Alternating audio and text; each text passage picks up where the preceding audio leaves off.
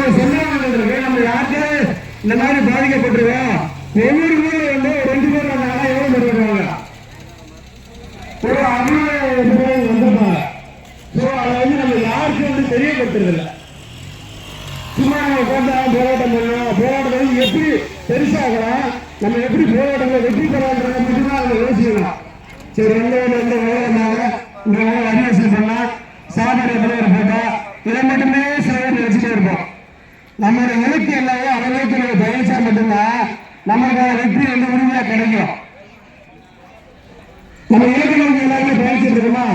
அப்படியே யாரும் எல்லா அமைப்பிலிருந்தே வந்திருக்கிறோம். இப்போ வந்தோடனே என்ன பண்ணுவோம்?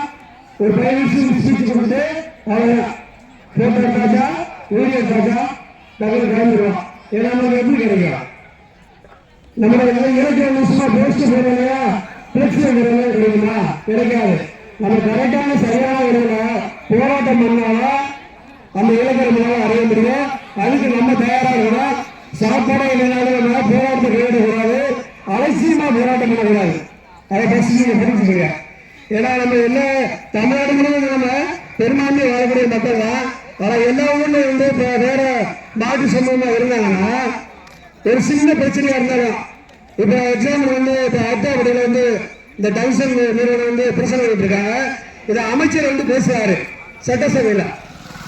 அதாவது நான் ஒரு 4 சேர்மன் போறேன், மாவட்ட கவுன்சிலர் வந்தாரு, மாவட்ட செயலர் வந்தாரு, நாங்கள் அந்த பிரச்சனையை வந்து கையில் எடுத்து பேசணும்னு சொல்லி அமைச்சர் வந்து சட்டசபையில் பேசுறாரு. இங்கே நடக்கிற மட்டும் எதுவும் பிரச்சனை இல்லையா? மத்திய அரசு வந்து இதை எடுக்கிறாங்க. இதை வந்து எந்த ஒரு அரசியல்வாதி சட்டசபையில் பேசலையா? ஏன் பேசல? ஏன்னா நமக்கான அரசியல் அதிகாரம் கிடையாது. அரசியல் நகருக்கு நம்ம ஒன்றும் போகல. விழிப்புணர்வு அடையாம இருக்கும். நிறைய அமைப்புகள் இருக்காங்க, எண்ணிக்கையுடைய அமைப்புகள் நிறைய இருக்கு. நமக்கு வந்து ஒற்றுமை இல்லை. இப்ப நம்மளோட மெயின்டைன் இருக்க சோர்வு வைட்டோம் 20 நாள் ஆயிடுச்சா? இந்த போராட்டம் ஆரம்பிச்சு எவ்வளவு நாள் ஆயிடுச்சு? 1 மாசம் ஆயிடுச்சா? சோர்வு வைட்டோம். ஏன்னா இது வரைக்கும் நான் வந்து மத்திய அரசு மாநில அரசு வந்து நம்மளுடைய பேச்சை வந்து கேட்கறோம்னா நம்ம பேசுகிற நம்மளே கேட்க மாட்டோம். நம்ம பேசுகிறோம் நாமளே கேட்க மாட்டோம். நமக்கு வந்து நமக்கு நம்பிக்கை இருக்காது. நீங்க எதிரிக்கு வந்து நம்மள நம்புறீங்களோ, அதுக்கு ஒரு பேச்சு கேட்கிறீங்களோ, அப்பதான் வந்து மத்திய அரசு மாநில அரசு அவங்க கேட்பாங்க. அதுக்கு நம்ம அப்படி சார்ந்து இருக்கோம். சின்னாமத்தில் என்ன பண்றாங்க? சரி, அண்ணா மட்டும் தான் வந்துருக்காங்க, அவங்க பார்த்துக்கிட்டோம். சரி, நம்மளுக்கு வந்து முன்னோட்டை கொடுக்குறீங்க, அவங்க பார்த்துக்கிட்டோம்.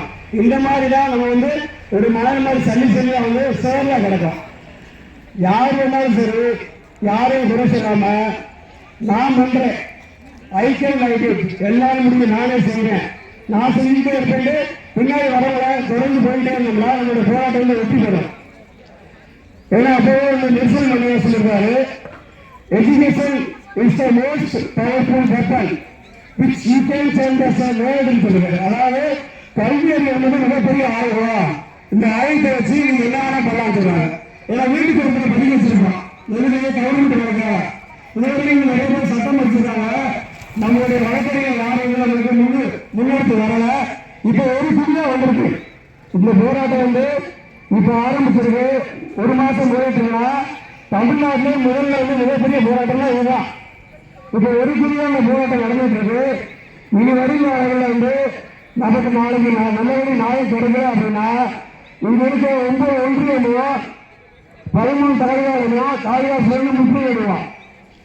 இப்ப நம்ம ரோட்டு கொண்டு போல அமைதியான முறையாக போராட்டம் பண்ணிட்டு இருக்கோம். இனி வந்து சட்டமன்ற பிரச்சனை வருமாறு போராட்டம் வந்து கண்டிப்பா நடத்தி காட்டுவோம். நம்ம வந்து இலக்கை அடைவோம் கண்டிப்பா. சரிங்களா? அதுக்கு உறுதுணையா வந்து சின்னோட மக்கள் நீங்க ஃபர்ஸ்ட் வந்து உறுப்பினராக. சரிங்களா? நம்மளுடைய இங்க இருக்க போராட்ட கட்ட நம்மளுடைய மக்கள் எல்லாரும் சொல்லுகிறேன். இதுல வந்து ஊர்ல வந்து பாய் ஒரு 25% மக்கள் தான் இப்ப வந்து உணர்ந்துருக்காங்க. இன்னும் வந்து நம்ம ஊர்ல இருக்க மக்களை நம்மளால சேர்க்க முடியல அப்படின்னா தமிழ்நாடு முழுவதும் எப்படி வந்து போராட்ட கட்டு வருவாங்க. ஸோ அந்த உணர்வை வந்து நம்மளை ஏற்படுத்தணும். அதுக்கான வேலைகளை கொஞ்சம் பாருங்க. யாராருக்கு என்ன கருத்து இருக்கோ அதெல்லாம் கூப்பிட்டு பேசுங்க. இன்னும் போராட்டத்தை வந்து பெருசா வலுப்படுத்துவோம். அதனால உள்ள மாவட்டத்தில் எல்லாம் தெரியப்படுத்துவோம். நம்மளோட அண்ணன் ராமு சிவகுமார் சொல்லியிருக்காரு.